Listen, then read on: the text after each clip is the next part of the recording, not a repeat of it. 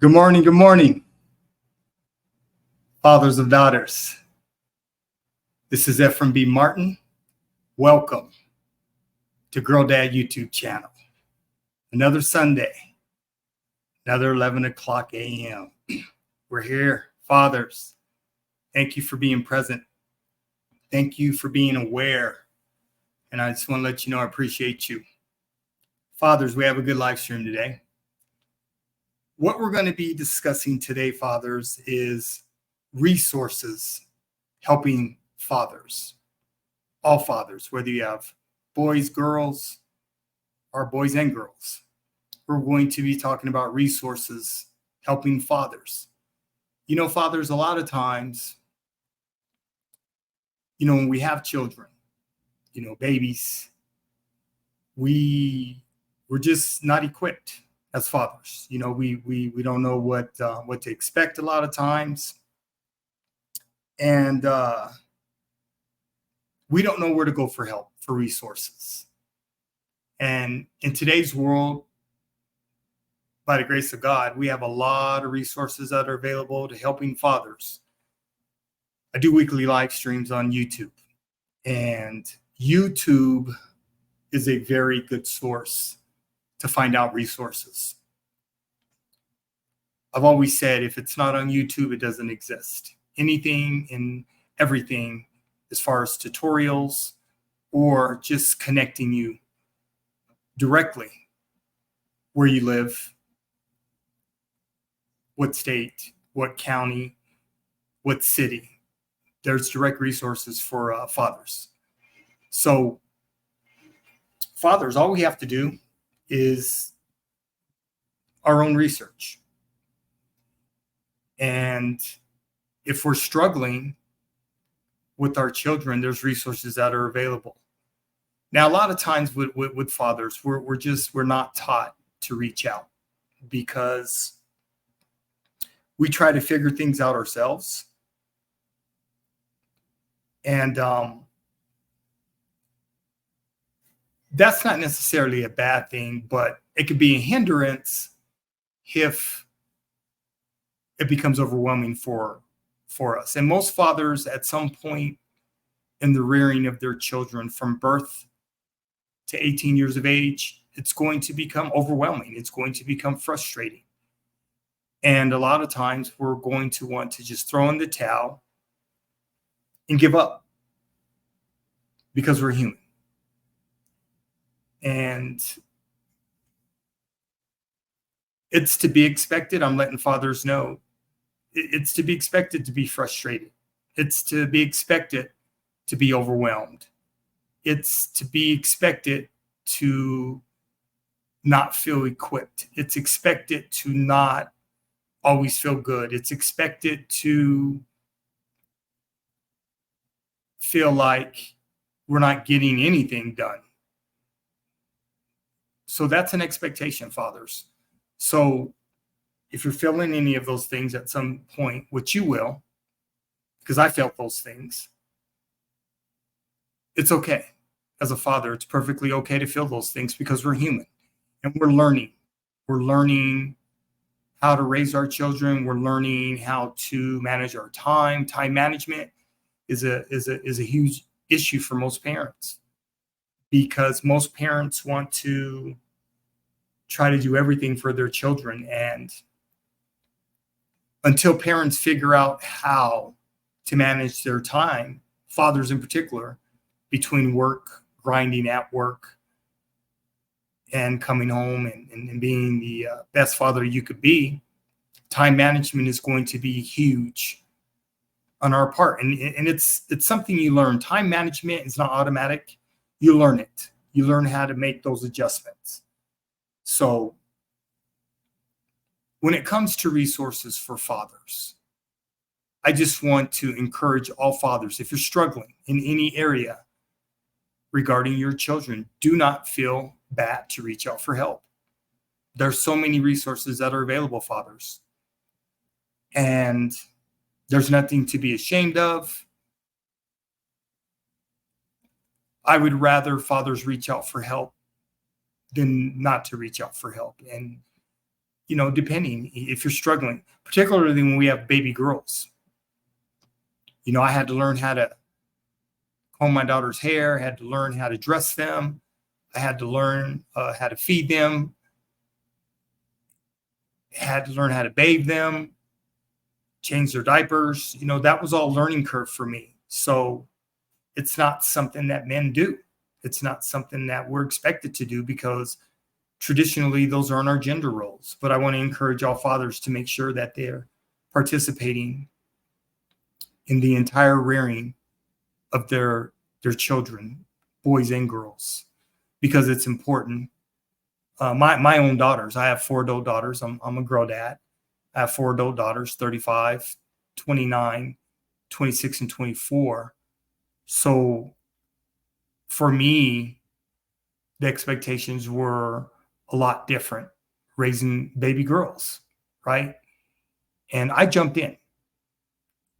Back when my daughters were born, my oldest daughter was born in 1988. My youngest daughter was born in 2000. So YouTube really didn't take off until like 2005, 2010, somewhere around there. 2005, I want to say, is when YouTube first took off. But back then in 2005, they were all videos uploading for pets and things like that. The resources for YouTube really didn't come into play, as far as I can remember, until about 2010, 2011, somewhere around there. Then there were more available resources and more available how-to videos and tutorials. Whereas today in 2024, unlimited. We have unlimited access. We have available, not unavailable. We have available resources for all things. Any question that you may have, you can go to YouTube and there's a tutorial for it, So the purpose of my channel is Girl Dads, fathers of daughters, all fathers of daughters, regardless of your ethnic background and culture. I work with you, and I want to see all fathers have successful relationships and sustain those relationships long term with their daughters. That's the purpose of my channel. That's what I do. That's how I get down. So, fathers, I have 4 great videos today that I want to share with you. And when it comes to resources, like I said, we have to teach ourselves that it's okay to reach out. And there's nothing, don't feel bad about reaching out for help, because all fathers need help when it comes to their children. Mothers are going to do their thing. They're natural nurturers, and mothers are going to take the lead and do what's in the best interest of their children. So the father's role and the mother's role when it comes to rearing their children, those are 2 different roles. And it's perfectly okay for fathers to learn how to rear their children. We will be on the same page, or the goal is to be on the same page with their mothers, or fathers. So we're going to do things a little bit different. It doesn't mean that it's wrong. It doesn't mean that mothers are better at interacting or making the decisions for our children.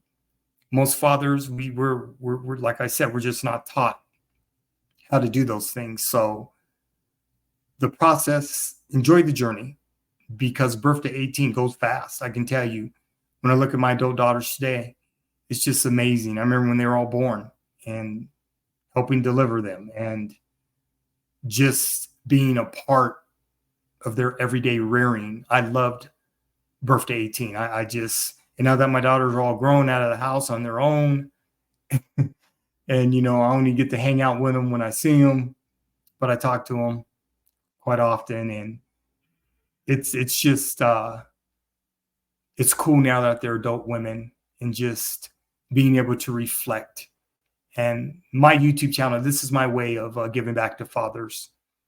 it's something that has always been on my heart to do. And my book, Daddy's Girls, is available at Amazon.com. You can get that through my YouTube channel. There's a link. So I've also written a book, and I just I want to share with fathers. And like I said, it's important for me that all fathers understand the sense of urgency that we need, the sense of urgency that it's going to take. I believe that my book, Daddy's Girls, is a blueprint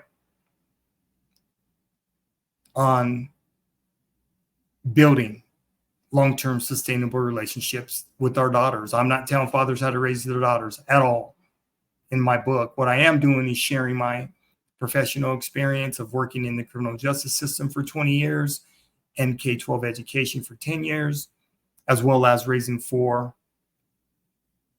adult, healthy, successful daughters. So with that being said, fathers, let's go ahead and turn to these videos. I have 4 good videos for fathers today. And fathers, it takes an entire village to raise children. It does.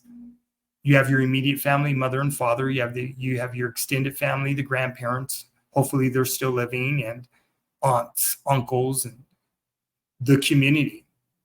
And if everyone's not looking out for our children to make sure they end up healthy, they end up safe, they end up protected, it's going to be tough for a lot of parents. You know, single parents, it's tough on them. Divorced parents, it's tough on them.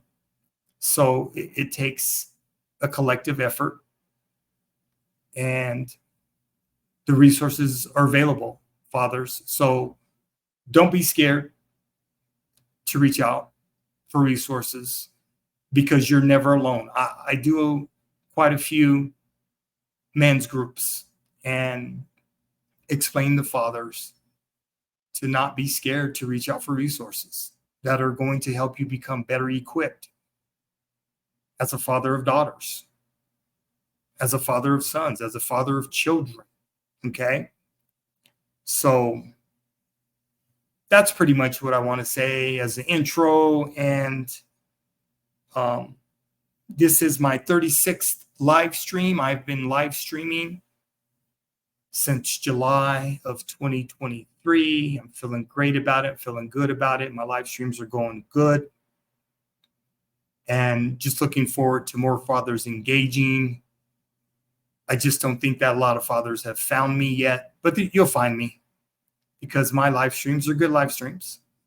And it's always going to be word of mouth. That's how I'm able to reach out to fathers. You're going to come across my videos, and you're going to be very happy that you came across my videos, because what I'm talking about is real life experience and success. Okay. All right, fathers, let's look at this first video. Let's see here. All right, dads, here we go.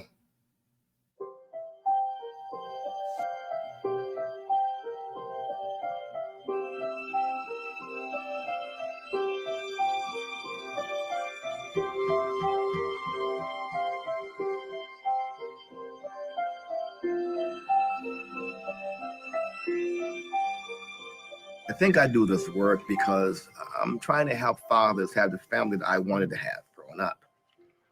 My father was a very abusive man. So I grew up with a lot of pain, you know, and a lot of anguish. I went through years of drug addiction. I found myself getting into like a lot of violent activities. I got arrested. I was in all kinds of trouble. The way my father interacts with my son, it's amazing. It's like he's doing everything I wish he had done with me. My father raised me from when I was a baby, and he taught me a whole lot of stuff. My dad was always present. He hugged me. He would tell me how much he loved me. He's the reason why I led a straight path. Most men want to be good dads. They need these groups that we provide sometimes to help them over a bad period, or to help them with some supports. And if we can give them the proper supports and encouragements, we can improve their fathering. Dads make a difference. The question is it going to be positive? Is it going to be negative? So we can no longer take dads off the table and pretend they don't exist. Because if he's not there, we know we've had 30, 40 years of literature to show what that does, right? And we now know if dad's there, what that does and all the positive things that can come intellectually, cognitively, behavior. All the research is clear when dad is present and functioning in certain ways, that makes a difference. So the choice for providers is, what's it going to be? Takes a village. All right. I don't think it's hyperbole to say that when we help one individual dad get more connected with his family, we're changing that whole community. So we need to start recruiting dads with the same passion that we recruit moms, because they're super important to kids' lives as well. If you're happy and you know it, clap your hands. If you're happy and you know it, clap your hands. If you're happy and you know it and you really want to show it, if you're happy and you know it, clap your hands. When I'm interacting with Autumn, with Yamara, what I'm giving them is what they're going to put out into the world. And I don't take it for granted. I haven't had a lot in my life as far as nurturing and loving and stuff like that until now. Like now I really get what love is and what it feels like to be like selfless and to care about the bigger picture versus the now. Helping men talk about what's happening in their lives is enormously valuable. It's actually healing. Well, thank you all so much for coming. If you could tell us your name, maybe how old your baby is. I'm a first-time dad, 33 years old. I waited, thank God. Being a dad, it takes a lot of responsibility, being patient. Dad. Point to me. It's so cute, man. That's the reward, huh? Yeah, it's amazing. It's been the most amazing thing that's ever happened. It's the toughest thing I went through, but it's the most rewarding. The typical way a man comes for help in fatherhood is that he's kind of sinking. So when dads show up, yeah, they're often nervous and scared and worried, but it comes out as being sort of shut down and feeling angry. But in not being scared off by that, you can get underneath that heavy-duty body armor and realize, yeah, there's a real person in here, and they could use some help. When I saw the flyer about the Fathers Group, it described in detail that you will be learning parenting skills. I'm open to learning from other people, especially men. Now that I am open to being nurturing, it's the best thing that has ever happened to me. When I started to do this work, it was not at all unusual for me to get a referral from the big agency that sent us all our cases and have the social worker say, don't bother to work with dad, just work with mom and the kids. Dad's not involved with the family.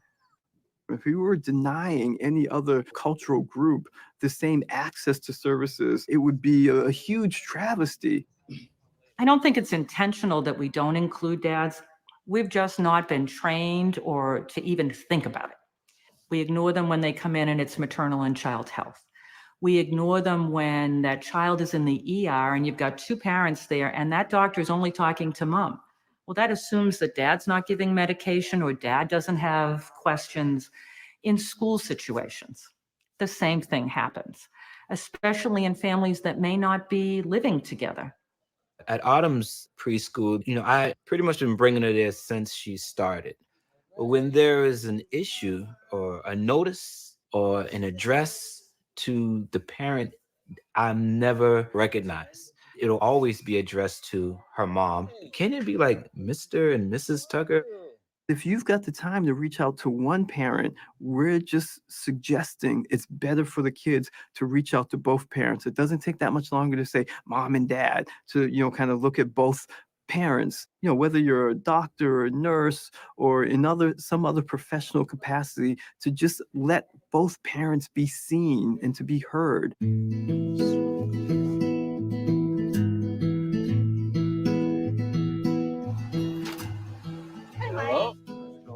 She said that her speech isn't exactly where they feel that, it should be. She's getting there, but she's not as bad as, But she's not the As we worst. thought, Yeah. as we thought, I should say. We thought she was like really behind. Yeah, You know? that was one of my biggest concerns. Is like, oh well, you know, she's actually doing pretty good. So she's hearing all these words, words that you guys use every day in and day out, you know, and now she's starting to like, you know, feel comfortable in saying it and doing it. That's awesome. That's great. Well, I think the value of having a male home visitor go into a family's home starts long before he goes into the home. It starts with having him as a member of a team. Most home visitors in the country are women. So for the team to even make room for a male home visitor is profound. And then when he gets there and he's knowledgeable about parenting and about the resources in the community, it just makes it so much easier for the dad in his family to also be involved, because here's a male who's role modeling how to do this. How do you guys deal with your everyday stressors? We give each other more value. The way we even talk to each other is different now. You know, I feel like we give each other, I guess, you know, more of a chance in a sense, I guess you could say, like, you know, like she's not as hard on me and I'm not, you know, as like crabby to her or you because, you know, I don't want to lose any of this. So you guys always had the communication with each other when it came to Penelope. Yeah. To understand the value of co-parenting and parenting Penelope together it's great. By inviting him in and including him in the growth and development of this baby that he loves, he wants to stay attached. He wants to come. He wants to learn how to be a dad. And what we found is that those couples at the end of the program are in a much more stable, healthy co-parenting relationship. This does not cost any money. Get the research, read it, share it with your staff. In a meeting, talk about what is the implication of what we've just read. Do you hire men? Do you listen and have focus groups of men and how they experience as fathers your program? If we can have photographs of dads and babies together, if we can put up non-gender based language so that men know that they're welcome as well, because there's only a small percentage of men who are going to know that, let's say, the maternal child health department in the hospital will, you know, kind of welcome fathers, or that the WIC system, women, infant, and children, will also serve fathers. Most men will just look at that and say, it's not for me. See, we have to change some of the language as well. Why not? Let's call it families, infant, and children. So fathers also feel welcome. So educating these fathers that these opportunities and availabilities are now starting to come forward. Systems are now starting to look at fathers in another light, and how are we going to educate both system and fathers to both feel comfortable enough to say, we're here to help, and for fathers to say, to put their pride and guard down and say, hey, listen, I'm a father and I need help.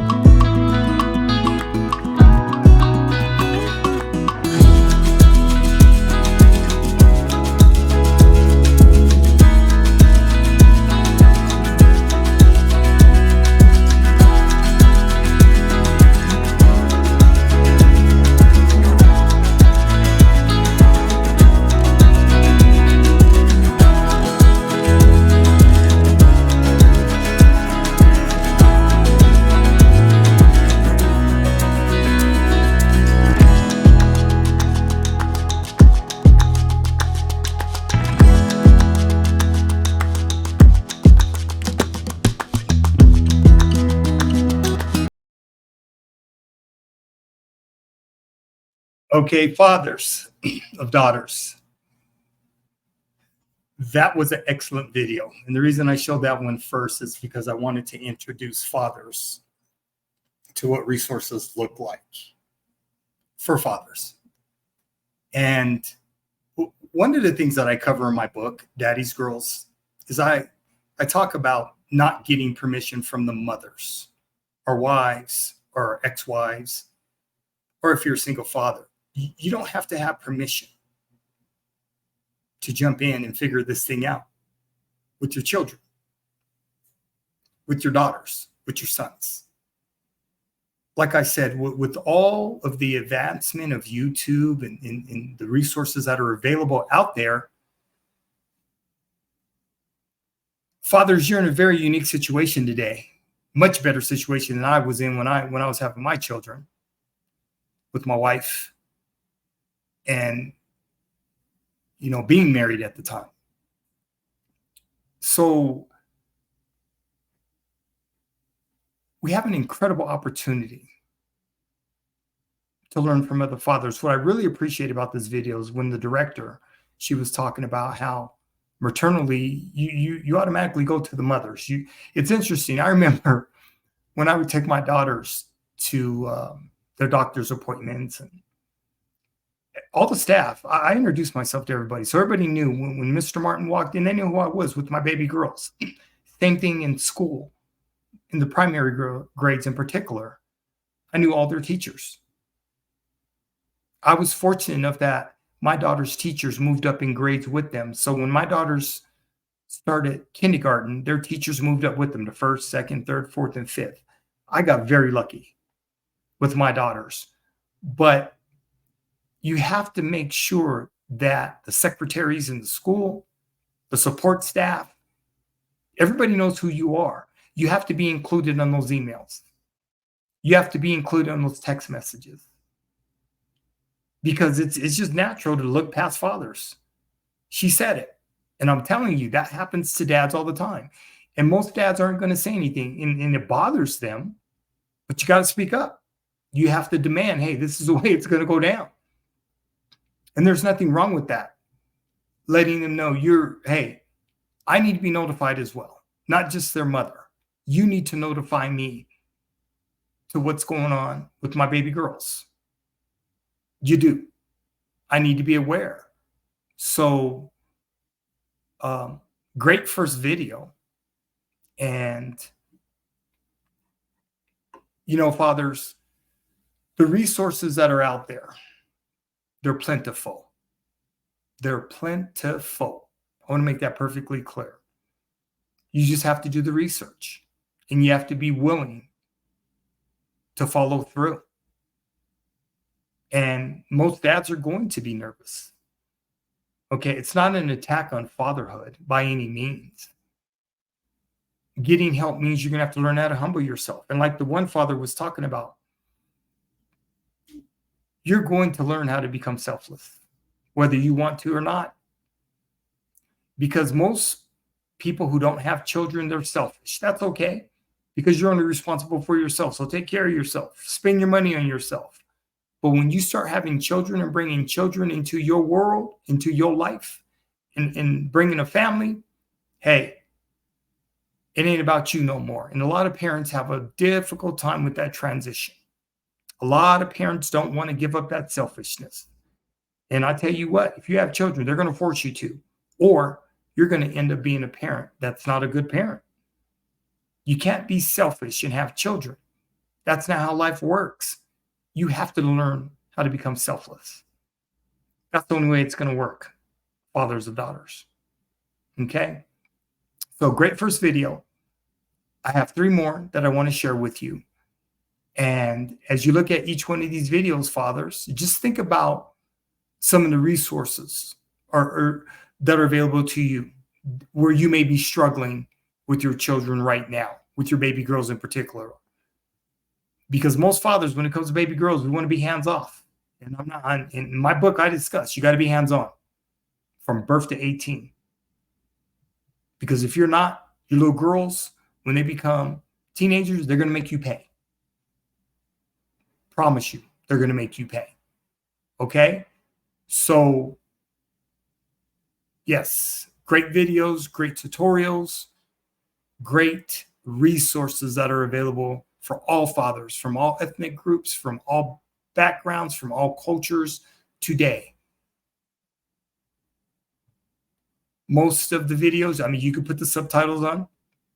If you don't speak English, you speak Spanish, you speak Mandarin, you speak Portuguese, whatever, you can put the subtitles on for your native language. So it's a beautiful thing. There's really no excuses on learning. There's never a situation where fathers of daughters, there's too much information. I don't believe in that. The more information you have, the better off you're going to be able to make an informed decision, what's in the best interest, always, of you and your children. And that's the most important thing. Okay, fathers, let me get this next video ready for you. Okay, let's see.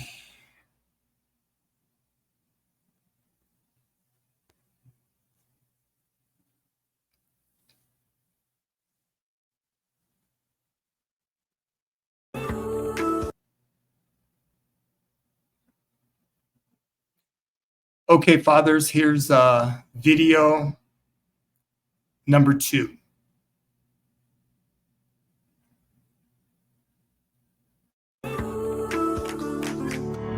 Even when you are the 1% man in this female-dominated group, our words don't come to us, if you will. It's, what do I know about parenting? With all these moms, mothers are nurturing. They know what they're talking about. A lot of dads feel that way. They don't talk about their feelings. They feel out of place. That's most dads. Take that up a notch to military dads. They're usually battling things beyond what we can see, aside from trying to just be the best father. 2 veterans who are fathers wanted to change that. They sought out to create a brotherhood for veteran dads, and it turned into a village all their own. I was in the Army for 8 years. I was a combat engineer. Adrian. Did 3 tours in Iraq for a total of 40 months. And Adam. I was in the military for a little over 6.5 years. I was a crew chief, aircraft mechanic on the A-10 Warthog.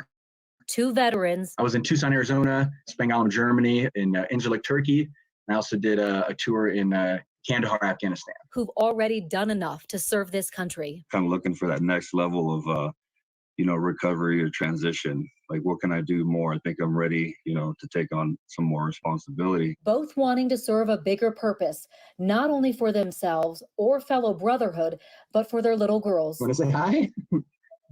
Hi, pretty girl. You've got curls like Dada, huh? Sure do. And Adrian has 2 daughters, one 10 years old, the other just 21 months. She likes to make a mess and bang stuff. She's a climber.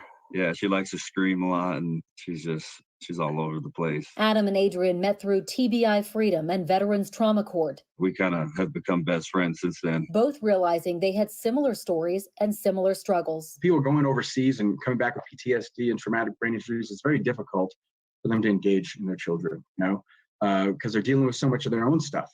All their energy is being wasted in their head, if you will. Realize, hey, let's start a group for veteran fathers, create a safe place where we can really just meet up, once a week for an hour and a half, and just, help each other be, the best parents we can. They created Fathers of Freedom, but before they could get their first meeting off the ground, COVID-19 happened. And so we were kind of sitting in our houses like, okay, I'm not sure what we're going to do now. So then we started talking with Illuminate again, and we just discussed opening up this group online and then not just making it for all fathers. So they created a spin-off of Circle of Parents Illuminate called Circle of Fathers. With that, we realized there's a lot of groups out there, a lot of support groups, a lot of times, mom groups, and there's not so many father groups. This is hopefully to give men an opportunity to be able to talk like men do, and not feel maybe shamed or ignorant on subject matter that maybe they feel they should know or whatever, right? So it's just a chance for us to be able to express back and forth some things, some tools that have been working with our parenting, some tools that have been working, and also make some connections. Authentic, not scripted, with one simple mission. I want this to be an opportunity for fathers to feel like they do have a place as parents. It's a very important place in your child's life. And that's what I think is the most important thing that I'd like for fathers to get out of this, that it does matter what you do. It does matter. To connect and get involved, check out illuminatecolorado.org or Veterans Trauma Court. They can direct you to the right contacts. What they're doing really is incredible and so important right now. And today at 9:30, Adrian and Adam are going to be part of our Timeout Zoom and Facebook live chat. This is for all dads, military, veteran or not, to just get together and chat. Ask your questions, be you, very informal, authentic, and say what you need to say. Just for 30 minutes, my husband Josh will help facilitate it. So there's no mamas on there to interfere. All of the login info is on our It Takes a Village Facebook page. But Marty, this is so important because as you've seen, even with It Takes a Village, we try to be very, inclusive with dads and everything, but it's really a lot of moms on there. And so this is a great way for dads to come together and speak their mind and talk about what's working for them and what's not. And a superb core message of it matters what you do. And I think a lot of guys need to know that, and they need that reassurance that they are important and they can make a difference. Now, today,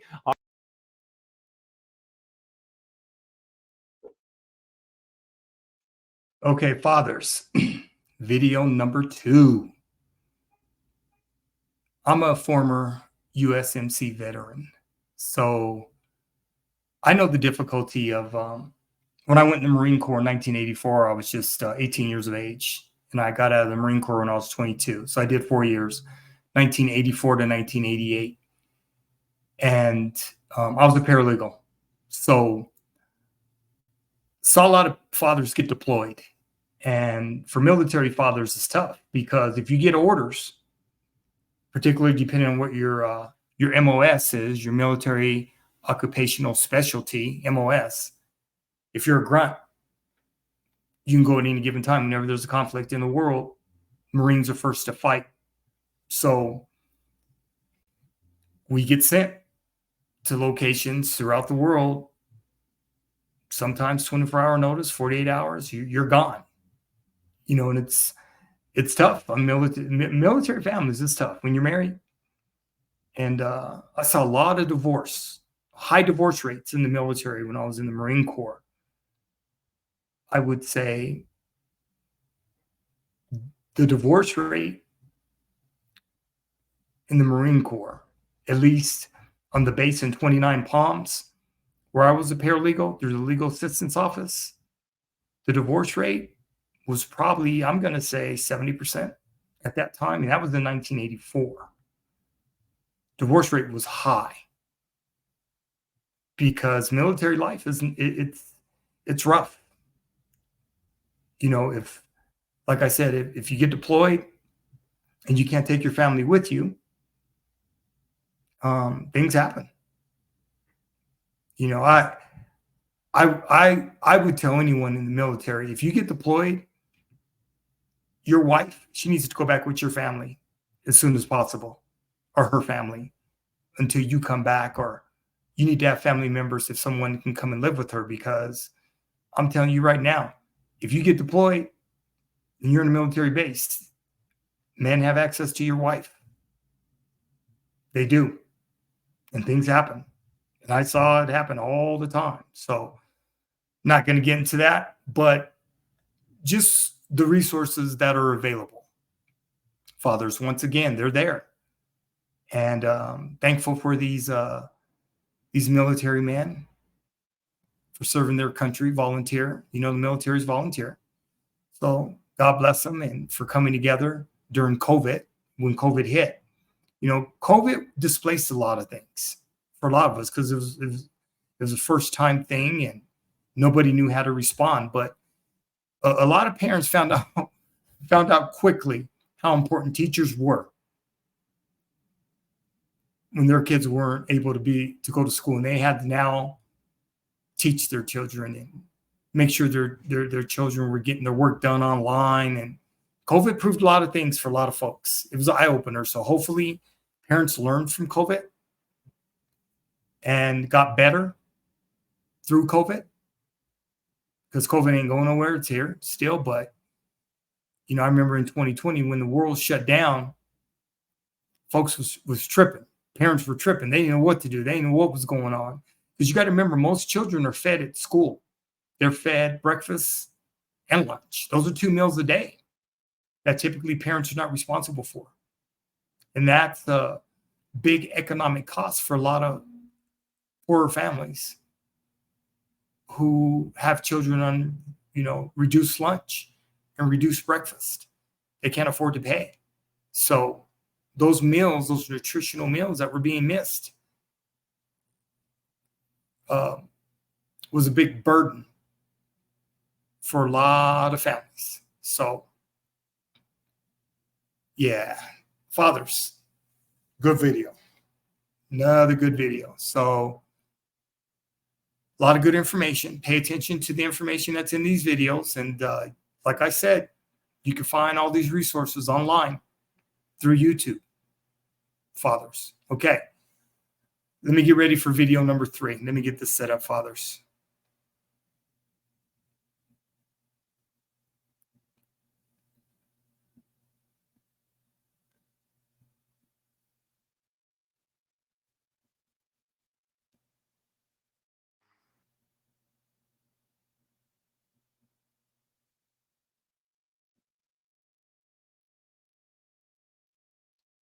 Okay, fathers, here is video number 3.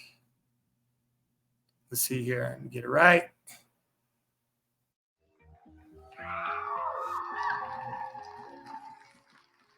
Wow. This is crazy. Stand on the stage, the same stage the governor and first lady were just standing on. So just give me a second to collect myself. 4 years ago, at the first Recovery Reinvented, the first lady had asked people who was in recovery to stand up. And conditioned by society and people around me, I was told that addicts and alcoholics, it wasn't a good thing. Some people even said they were bad. I was taught to believe that it was something to be ashamed of. So I didn't stand up.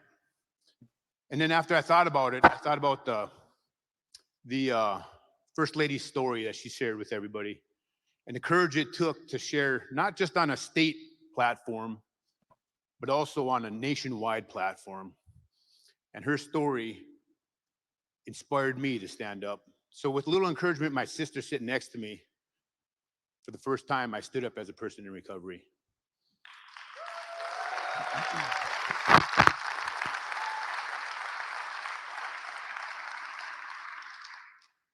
Fast forward 4 years to today, I'm standing on the stage in front of all of you as a person proud to be in recovery.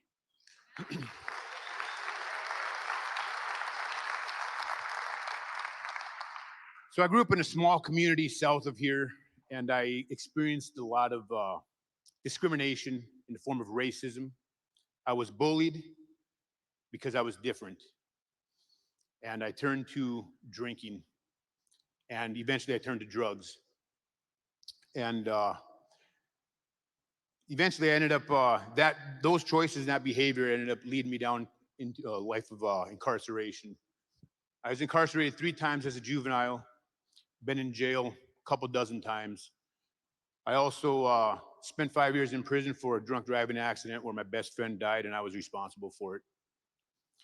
A couple years after my release from prison, I lost both my parents and my only brother, my big brother. He lost his battle with addiction. So I was in a really dark place for a number of years. I ended up, it just increased the pain that I was going through and pushed me further down the black hole of chaos and violence and destruction.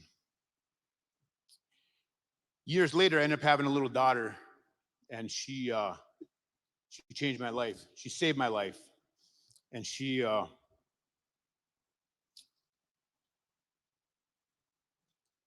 gave me a reason to live. She gave me a reason to change. Just like when I used to do drugs, I was desperate to get high. I would be willing to do anything to get high. I ended up becoming desperate to get sober, and I was willing to do whatever it took to be sober. So I swallowed my pride and I reached out. I reached out for help. I knew I couldn't do it alone. I reached out to the local human service center, and I got involved with support groups like RAD, Runners Against Destructive Decisions, which ultimately helped save my life. And when it came to recovery, I would just show up. I'd be present. Even when I didn't feel like it, I would show up and be present. And finally, I was fortunate enough to be blessed with the world's best sister, who's always there for me. Never turned her back on me, even though I gave her countless reasons to. It really does take a village in this, with recovery. Recovery isn't easy, but it's worth it. Because I chose recovery, I filed for and was awarded full custody of my daughter.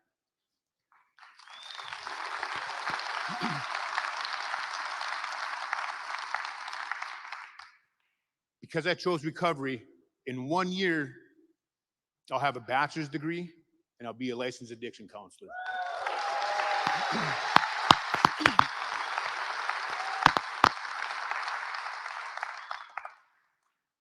Because I chose recovery, I'm blessed with an amazing job where I'm provided with an opportunity to help individuals that are struggling with addiction. And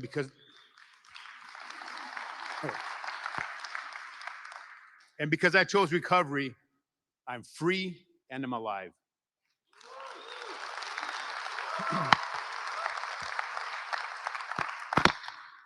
We can recover.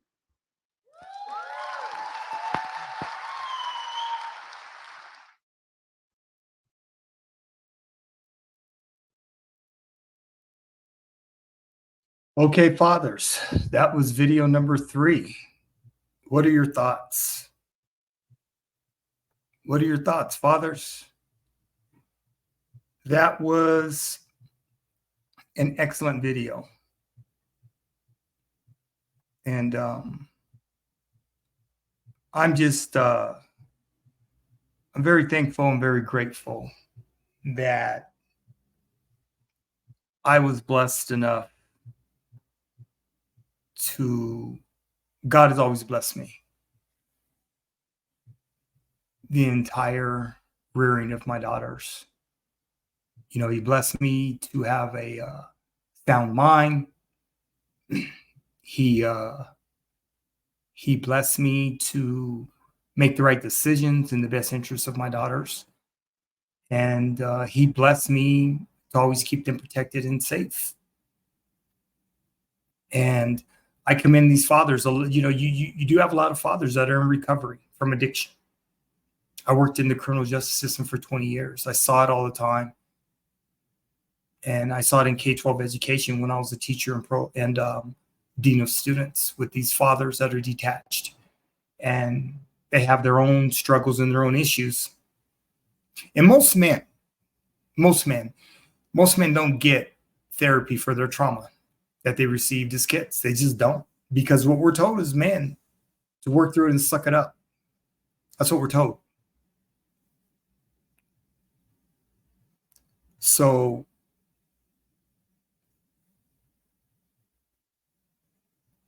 most men are going to bottle it up and keep it in. And we're just going to deal with it, and we're going to try to figure it out as we go. And that's just not good. That's not good on anyone, any human's mental health. That's not good. That's not how we're built in our psychology, right? I know one of the best classes, I had a few when I was in college, you know, when I got my bachelor's degree. But the psychology classes, the introduction to psychology and psychology of the child, those 2 particular classes really taught me a lot about children and just about human beings. Introduction to psychology really taught me a lot about human beings and how we're made up. And psychology of the child really taught me about children and how children may move and how they're thinking and just the relationship aspect, right? So like this gentleman was speaking about, when you have someone in recovery and they have an addiction, most of the times they're not in the right state of mind. So they don't know how to parent. They need help with parenting.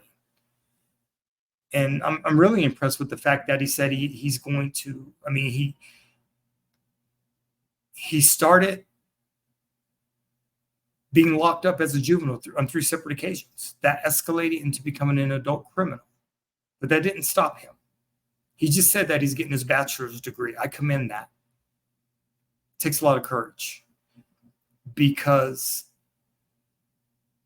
80% of prisoners in state and federal prison are illiterate. And only 1% of prisoners, when they reintegrate and transition back from prison after 5 to 10 years, only 1% have a degree. So you have to think sometimes, what happens to a lot of people's minds when they're incarcerated? Their spirits are broken. And even though they've been in prison for 5 to 10 years, a lot of them come out worse than how they went in. So I commend this gentleman, and I'm appreciative for him sharing his story. And like he said, his daughter saved his life. I will tell everybody, my 4 adult daughters, they definitely made me a better man, better human being, better father, better husband, better everything. Because they pulled the best out of me. I could not be the man I am today without my daughters. There's absolutely no way.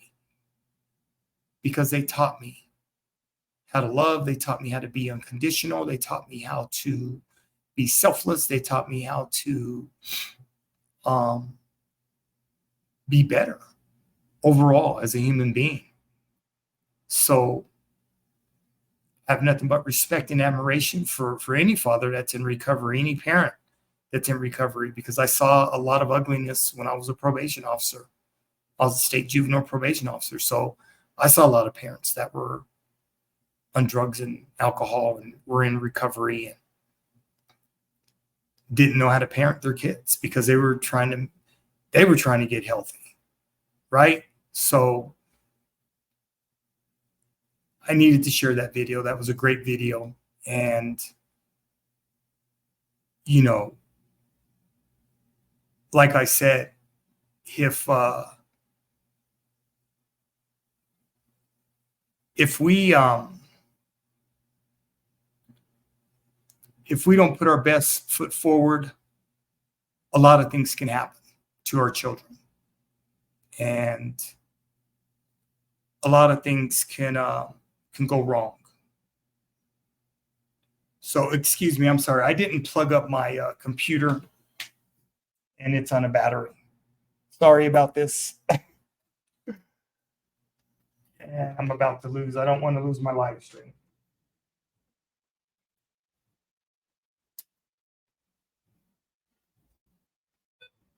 Okay. Sorry about that, girl dads, fathers of daughters. I didn't even realize that when I start this live stream, I didn't plug in my computer. And I'm not going to lose this live stream. Not after 53 minutes. So, but yes, fathers. Another great video. Another great video. And like I said, my YouTube channel is all about girl dads, fathers of daughters. And this is what I do. Any resources that I could help fathers become greater and better, I will share. And we will have that open dialogue, fathers, because when we come together, we have that commonality as men. We're going to be open to each other because we have a lot of shared experiences as fathers. And we'll never know that until we get amongst ourselves and sit in circles and just start sharing, you know, our lives with one another and feeling comfortable doing it.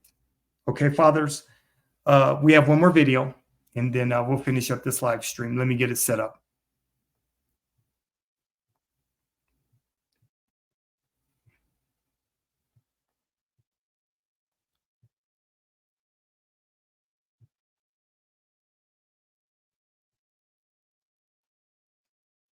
because of my drug use.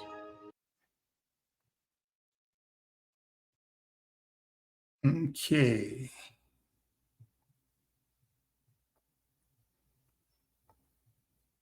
Okay, fathers, this is the last video. Speaking about resources that are helping fathers.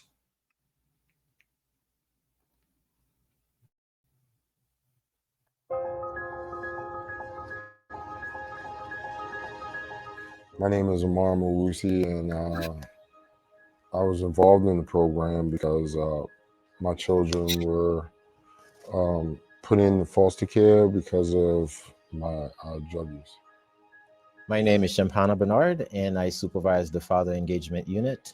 This unit is located within our Family Engagement Program, which is one of the child welfare programs within the Children, Youth, and Families Division of the Department of Family Services. My name is James Cherry, the Fatherhood Initiative Chairman for my fraternity, Omega Psi Phi Fraternity Incorporated, Psi Alpha Alpha chapter serving Fairfax County. I was looking for this somewhat support group or a group of fathers that kind of are going through different experiences that I can learn from and I can also contribute to.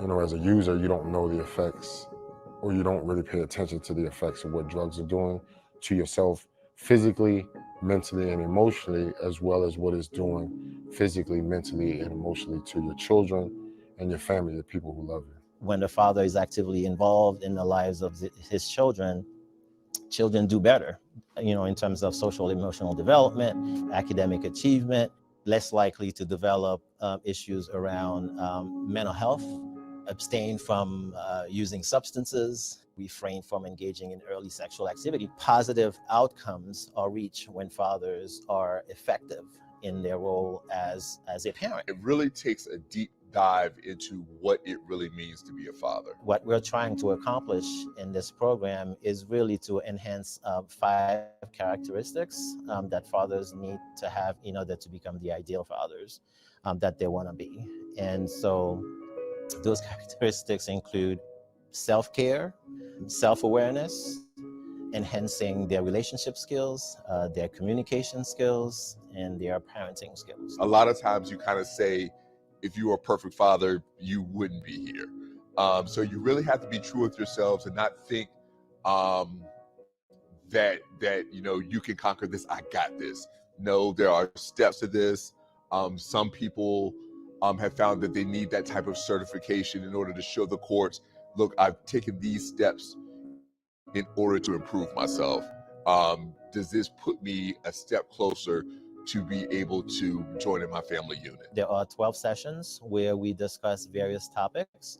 We use the 24/7 Dad curriculum, which is an evidence-based curriculum developed by the National Fatherhood Initiative. And so that curriculum has been determined to be effective in enhancing the skills of fathers.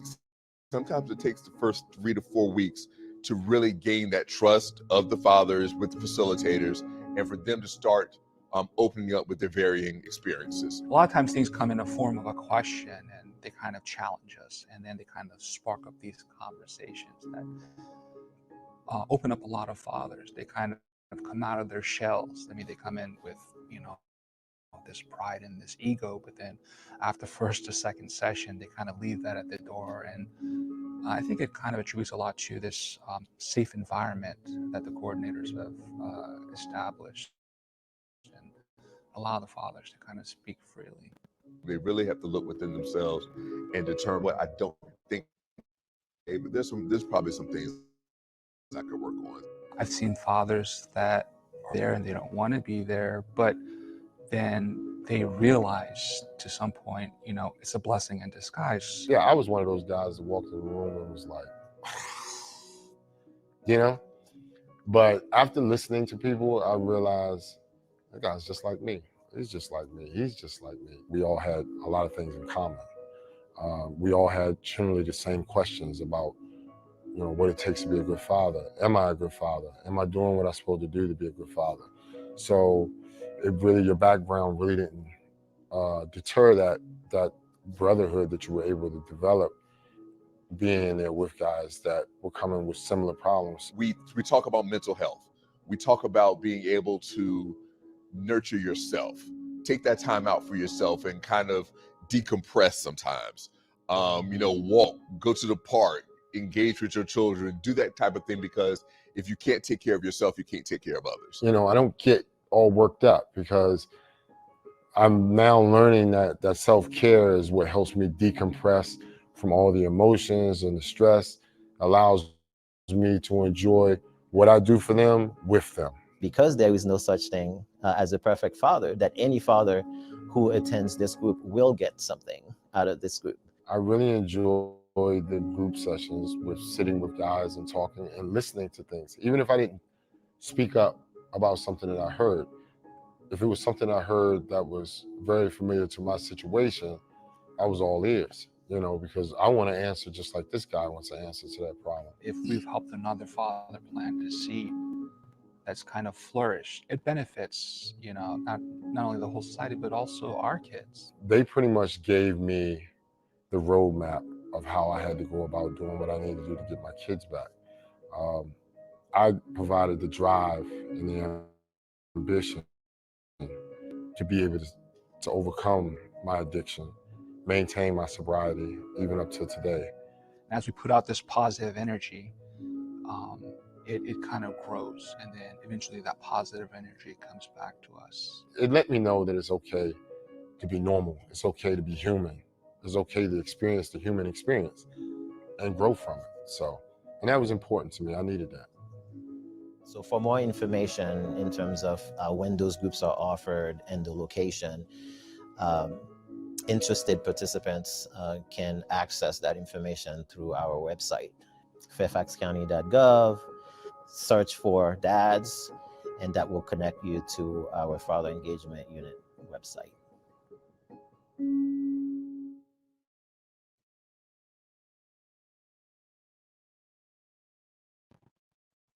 Okay, fathers. That was video number 4. And, once again, this live stream today was about resources helping fathers. So hopefully I was able to bring something to help all fathers. If you don't need resources, you may know of fathers that need resources, share my video. Subscribe, like, share. And help other fathers out. Because trust me, all fathers ain't doing good. And all fathers ain't opening up to other fathers. So if you may have friends, if you may know of fathers that may be struggling, turn them to Grow That YouTube channel and allow me to be a resource for them. I'm just one of many resources, right? I have, like I said, this is my 36th live stream, and I help all fathers of daughters, regardless of your ethnic group, background, and culture. So with that being said, another live stream done, fathers. Feeling good about it. It was a good day. Yes, sir. It was a real good day. Thank you, fathers who are out there and may be watching and may want to comment, but don't necessarily comment. I understand. Trust me. I understand. My YouTube channel is being built organically, so it's going to take time for all fathers to feel comfortable, and I understand. So no worries, no rush. Do your thing. I'm a resource. Feel free to share my YouTube channel with other fathers, other agencies, whomever could benefit. Okay, fathers of daughters, have a great week. May God keep you and your family safe, your children blessed. And I'll holler at you next week for another live stream. Okay? Peace.